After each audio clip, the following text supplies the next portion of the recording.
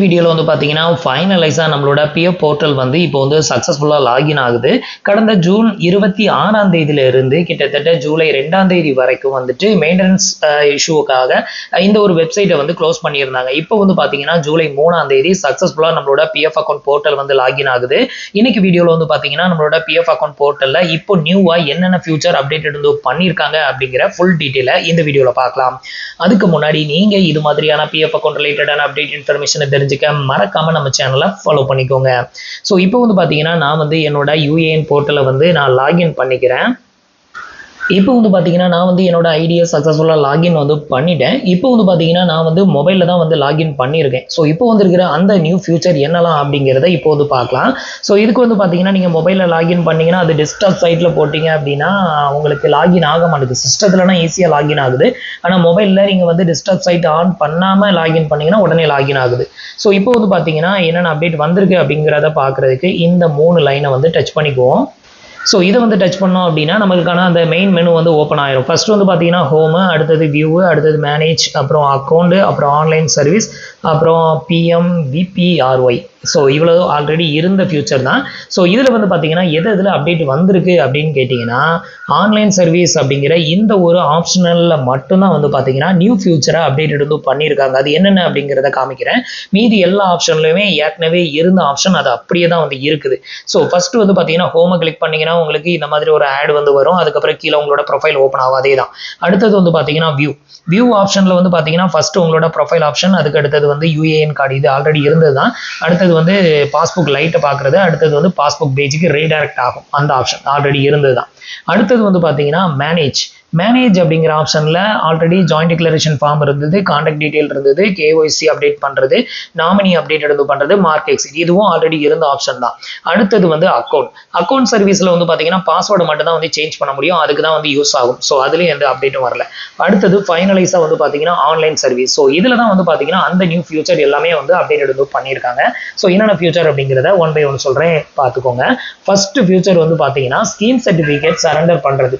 இந்த scheme certificate யார் surrender வந்து பண்ணுவாங்க அப்படின்னு கேட்டிங்கன்னா நம்ம 2 கம்பெனியில் ஒர்க் பண்ணியிருப்போம். ப்ரீவியஸ் கம்பெனியில் வந்து பிஎஃப் பணத்தை மட்டும் எடுத்துட்டு பென்ஷனை எடுக்காமல் விட்டுட்டு வந்திருப்போம். அடுத்த செகண்ட் கம்பெனியில் இப்போ ஒர்க் பண்ணுவோம். இப்போ வந்து பழைய கம்பெனியில் உள்ள அந்த பென்ஷனை மட்டும் டிரான்ஸ்ஃபர் வந்து பண்ணணும் அப்படின்னு நினச்சா அது வந்து டிரான்ஸ்ஃபர் ஆகாது. அதுக்கு வந்து ஸ்கீம் சர்டிஃபிகேட் சப்மிட் பண்ண சொல்லுவாங்கல்ல. ஸோ அந்த ஸ்கீம் சர்டிஃபிகேட்டை ஆன்லைனில் வந்து சரண்டர் பண்ணுறதுக்கான ஒரு நியூ ஃபியூச்சரை இப்போ வந்து அப்டேட் வந்து பண்ணியிருக்காங்க. இது மூலமாக உங்களோட ப்ரீவியஸ் கம்பெனி அந்த ஸ்கீம் சர்டிஃபிகேட்டை வாங்கிட்டு வந்து நீங்கள் ஆன்லைனில் அப்டேட் வந்து பண்ணிட்டு அதுக்கப்புறம் ஸ்கீம் சர்டிஃபிகேட் மூலமாக கிளைம் பண்ற அந்த ஃபியூச்சரை யூஸ் பண்ணி நீங்க ப்ரீவியஸ் கம்பெனியோட பென்ஷனை கிளைம் போட்டீங்க அப்படின்னா உங்களுக்கு ஈஸியா அந்த கிளைம் வந்து செட்டில் ஆகும். ஸோ அதுக்கு தான் இந்த ஒரு ஃபியூச்சர் வந்து கொடுத்துருக்காங்க.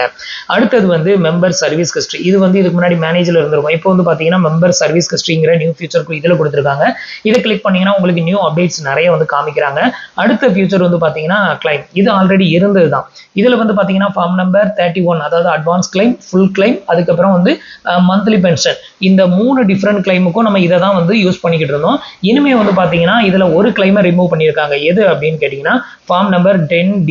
இது வந்து பாத்தீங்க அப்படின்னா நியூவா இப்போ அப்டேட் வந்து பண்ணியிருக்காங்க. இப்போதைக்கு நீங்க கிளைம் ஃபார்ம் அப்படிங்கிற இந்த ஆப்ஷனை யூஸ் பண்ணி அட்வான்ஸ் கிளைம் பண்ணிக்கலாம், ஃபுல் கிளைம் வந்து பண்ணிக்கலாம். மந்த்லி பென்ஷனுக்கு அப்ளை பண்ணனா ஃபார்ம் நம்பர் 10D வந்து அப்ளை பண்ணணும். அந்த 10D வந்து அப்ளை பண்றதுக்கு இதுக்கு முன்னாடி இந்த ஒரு ஃபியூச்சர்ல போயிட்டு 10D அப்படின்னு நீங்க செலக்ட் பண்ற மாதிரி இருந்தது. இப்போ வந்து பாத்தீங்கன்னா அதுக்குன்னு செப்பரேட்டா ஒரு ஆப்ஷன் ஹைலைட்டா வெளியே கொடுத்துட்டாங்க.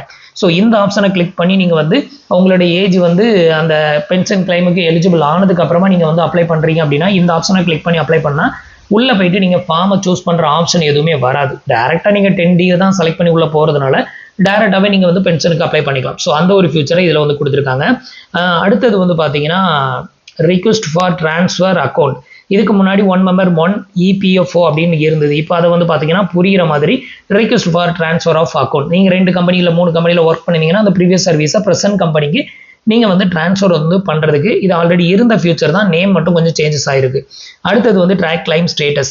ஸோ இது வந்து இப்போ நியூவாக அப்டேட் வந்து பண்ணியிருக்காங்க. இதில் வந்து பார்த்தீங்கன்னா ட்ராக் கிளைம் ஸ்டேட்டஸ் அப்படிங்கிறது ஆல்ரெடி இருந்தது. இப்போ வந்து பார்த்தீங்கன்னா ட்ராக் கிளைம் ஸ்டேட்டஸ் அப்படிங்கிறது நியூவா ஒன்று, ஓல்டு ஒன்று, அப்படி 2 ஆப்ஷன் வந்து கொடுத்துருக்காங்க. ஸோ 2ல் எதில் வேணாலும் செக் பண்ணிக்கலாம். ட்ராக் கிளைம் ஸ்டேட்டஸ்ங்கிறது ஒரே ட்ராக்கை தான் காமிக்கும். அடுத்தது வந்து ஃபைனலைஸா கிளைம் ஃபார்ம் 10D. இதுதான் இப்போதைக்கு வந்து பார்த்தீங்கன்னா ஹைலைட் ஆப்ஷன்.